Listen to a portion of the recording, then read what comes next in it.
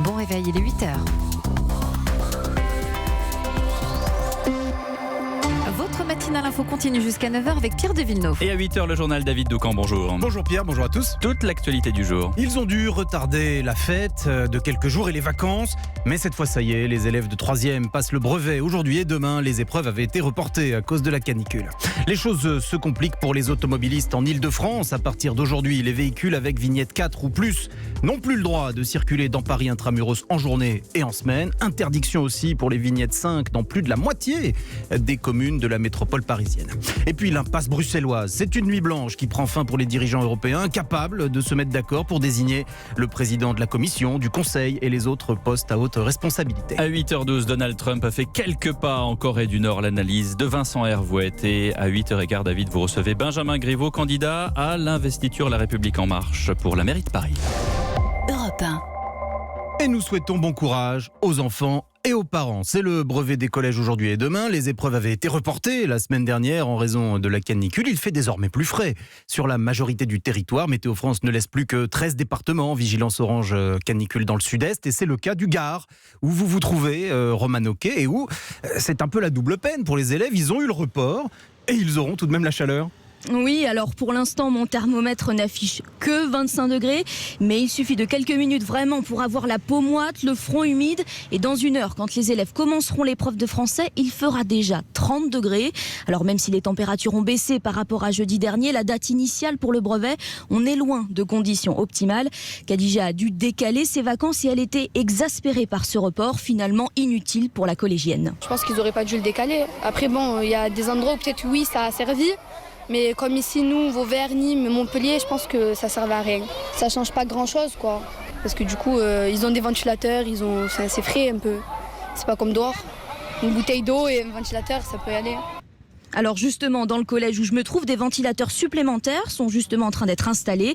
Les fenêtres ont été ouvertes tôt ce matin pour aérer, car l'établissement est resté fermé tout le week-end. Et avec ces grandes baies vitrées, on imagine les tubes. Mais le plus dur est à venir, 35 degrés cet après-midi pour l'épreuve de mathématiques. Romano Quai, l'envoyé spécial dans le Gard d'Europe 1. Merci à vous, Roman. On vient de le voir avec Emmanuel Grégoire. Il ne fait pas bon être automobiliste en ce moment en région parisienne. Oui, à partir d'aujourd'hui, les véhicules avec vignette 4 ou plus n'ont plus le droit de circuler à Paris intramuros entre 8h et 20h du lundi au vendredi. 49 autres communes sur 79 dans la métropole parisienne interdisent les véhicules avec vignette 5 ou les véhicules non classés. L'objectif est bien sûr de réduire la pollution. Nous rejoignons Claudia Bertram, vous êtes au cœur de Paris dans le 4e arrondissement. Et la police contrôle les automobilistes. Il y a des amendes, Claudia, c'est du sérieux. Oui, le contrôle de police vient tout juste de se mettre en place et le premier automobiliste avec une vignette critère 4 n'y échappe pas. Amende de 68 €, c'est 135 pour les poids lourds et les autocars. Alors le contrôle vient à peine de démarrer et déjà de nombreuses voitures sont sommées de s'arrêter par les policiers. Toutes celles qui ont cette vignette critère 4, c'est celle de couleur marron. Elle concerne les voitures diesel d'avant 2006 ou 2009 pour les poids lourds et les voitures essence de plus de 22 ans. Ce dispositif appelé ZFE, zone à faible émission, interdit donc désormais ces véhicules dans Paris de 8h à 20h du lundi au vendredi. Cette ZFE est mise en place à partir d'aujourd'hui dans plusieurs villes de la métropole également.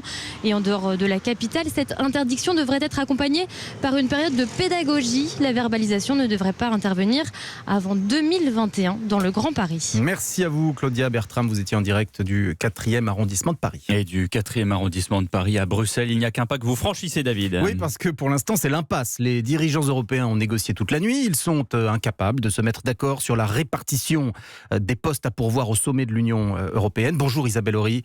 Bonjour David. Vous non plus, vous n'avez pas dormi, vous en avez l'habitude, Isabelle. Où en sommes-nous ?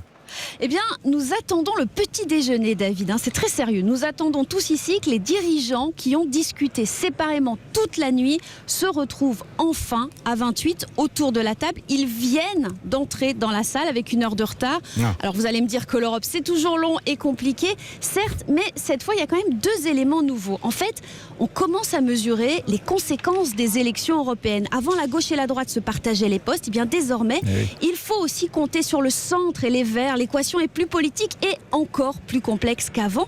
Et puis le deuxième fait marquant, c'est l'affaiblissement d'Angela Merkel. La droite, sa propre famille politique s'est rebellée contre elle hier. C'est pour ça que ça coince depuis des heures. La chancelière n'est plus la dame de fer. Alors comment tout cela va-t-il finir? Mystère. Côté français, en tout cas, on se dit prêt à négocier toute la journée s'il le faut. Complexité, la complexité des institutions européennes. Mais complexité ne veut pas dire immobilisme. Ils vont tout de même réussir à trouver à un moment donné un accord, Isabelle, j'imagine. Ah bah écoutez, on l'espère tous en tout cas. Isabelle Horry, la correspondante d'Europe 1 Bruxelles, merci à vous. La suite du journal avec David Doucan, le secteur de la dépendance est en crise. Oui, parce que les moyens manquent, parce que les conditions de travail sont pénibles, parce que leur métier ne crée plus de vocation. Il est pourtant indispensable. Je vous parle des personnels des maisons de retraite et de l'aide à domicile. Ils vont manifester aujourd'hui devant le ministère de la Santé parce qu'il y a urgence. Écoutez le témoignage de Corinne à Tourcoing qui a besoin de ses aidants pour s'occuper de sa mère de 93 ans. Une auxiliaire de vie devait venir le soir pour donner à manger à ma mère et ensuite la mettre au lit parce qu'elle est incapable de se lever, de se déplacer seule. Et en fait, donc ma mère a passé sa nuit dans un fauteuil et c'est l'infirmière qui vient tous les jours pour faire la toilette le matin et donner les médicaments qui s'en est aperçue et qui m'a prévenue, bien sûr. Et ensuite, il y a une ou deux fois où le problème s'est reproduit pour les repas le midi. Donc là, ma mère n'a pas mangé, évidemment, et on s'en est aperçu l'après-midi en passant. Il y a aussi de très jeunes filles dans les intervenantes. Il y en a qui ont, je pense, 18-19 ans, qui, à mon avis, manquent parfois un peu de formation. Et j'ai constaté aussi que beaucoup avaient des contrats courts ou des CDD. Des jeunes filles qui font ça quelques mois et puis qui ensuite ont un contrat qui se termine parce que elles vont faire autre chose. Témoignage recueilli par Emmanuel Dutheil pour Europe 1. Partons maintenant en Tunisie, David. Oui, le pays a été une nouvelle fois meurtri par le terrorisme, double attentat jeudi dernier, alors que la saison touristique commence. C'est d'ailleurs l'une des priorités des autorités, la sécurité des visiteurs. Et ils sont là, les vacanciers, même à Sousse, dans l'hôtel de bord de mer attaqué il y a 4 ans, quasiment jour pour jour, où s'est rendu notre envoyé spécial, Jean-Sébastien Soldaini. Tout au long de la mer au-dessus des transats, des hommes postés sur des miradors scrutent l'horizon pour éviter une nouvelle attaque venue du large. Curieuse ambiance pour passer ses vacances, mais cela ne semble pas déranger Patricia. Sur la plage, il y a des patrouilles de police qui passent régulièrement, à pied et en 4x4.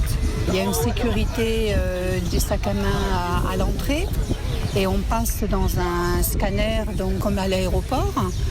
Donc ça, je pense que c'est dissuasif. L'hôtel est plein depuis avril. En surbooking même, selon l'un des responsables qui l'admet, tout a été fait pour gommer ce mauvais souvenir. Piscine modifiée, établissement rebaptisé. Seule une discrète stèle placée près des tables de ping-pong rappelle à Manou ce qu'il s'est passé ici. Je savais que ça s'était passé sur cette plage, mais je ne savais pas que c'était dans cet hôtel même. Je ne veux pas dire qu'on n'y pense pas. Si, on y pense. Ce qui s'est passé, on se dit quand même, on n'est pas à l'abri qu'un bateau fou arrive. Et ces pays sont instables. On sait très bien que de toute manière, la moindre petite étincelle peut faire basculer d'un côté ou de l'autre. Il garde ça dans un coin de sa tête, mais pour l'instant, sa priorité, c'est de gagner sa partie de pétanque. Sous Jean-Sébastien Soldaini. On passe au sport, David. Je sais que vous aimez ça. La Coupe du Monde féminine de football. Les demi-finales, c'est demain et après-demain. Oui, Angleterre, États-Unis, demain 21h. Pays-Bas, Suède, mercredi, même horaire. Et surtout, même stade, celui de Lyon. Parce que c'est la capitale du football féminin avec l'OL et tous ses bons résultats. Les fans s'y sont installés en masse et la fête a déjà commencé. Simon Rubin. Il faut attendre le début de soirée, moment où les températures fléchissent un peu pour se rendre compte que le mondial se tient à Lyon. Sur les coups de 20h, des milliers de supporters quittent les hôtels climatisés pour envahir bars et restaurants. Et les plus nombreux ici, ce sont les Américains. Ils ont acheté au moins le tiers des billets pour la demi-finale demain. Alana vient de New York. Elle a suivi tous les matchs de son équipe et elle l'annonce cette semaine, Lyon devient une ville américaine. Il y a vraiment une bonne présence américaine. C'est marrant, si vous essayez d'avoir une chambre d'hôtel maintenant, c'est quasiment impossible. Tout est pris. On a plein d'amis qui viennent des États-Unis pour assister au match. C'est chouette. Un peu plus loin, terrasse orange. Et pour cause, les supporters néerlandais sont venus en masse également. Sarah est une fan de sa sélection et elle reconnaît avoir été soufflée par l'ambiance dans les stades. Je ne suis jamais allée dans des stades avec autant d'ambiance. Je l'oublierai jamais. On ressent à quel point c'est énorme. C'est très très cool et c'est un souvenir que je rapporterai chez moi. Et d'ores et déjà, toutes les places ont été vendues pour les 2 demi-finales et la finale. Cette semaine, Lyon est bien la capitale mondiale du football. Lyon, Simon Rubin, Europe 1. Et la finale, cher Pierre, ce sera à Lyon. Là encore, tout se passe à Lyon à partir de maintenant, le 7 juillet prochain.